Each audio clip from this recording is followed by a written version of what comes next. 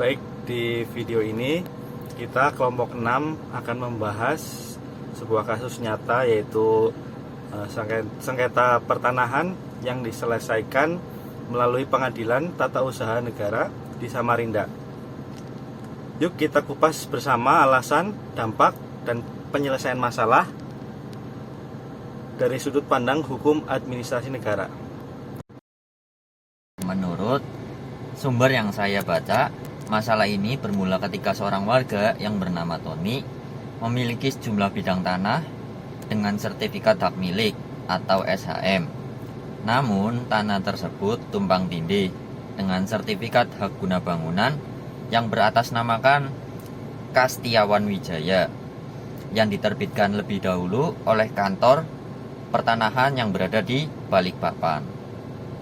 Nah, terjadi konflik administratif nih karena adanya dua sertifikat yang berada di lokasi yang sama tersebut.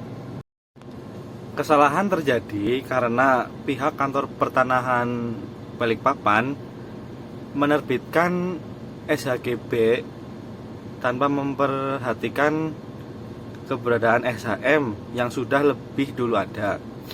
Inilah akar masalah administratif yang kemudian dibawa ke pengadilan TUN.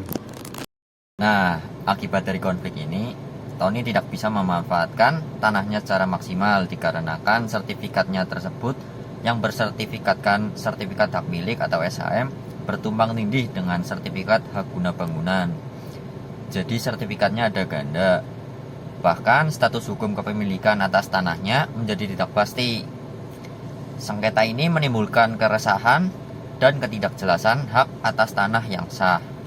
Selain kerugian pribadi, masalah ini juga menunjukkan lemahnya sistem koordinasi dan ketelitian administrasi pertanahan.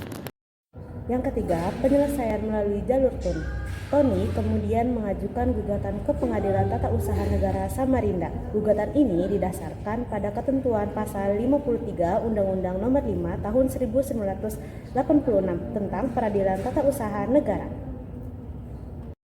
Pengadilan menilai kasus ini memenuhi unsur KTUN, yaitu keputusan tertulis dikeluarkan pejabat TUN berdasarkan peraturan perundang-undangan, bersifat konkret, individual, dan final, dan menimbulkan akibat hukum bagi pihak tertentu.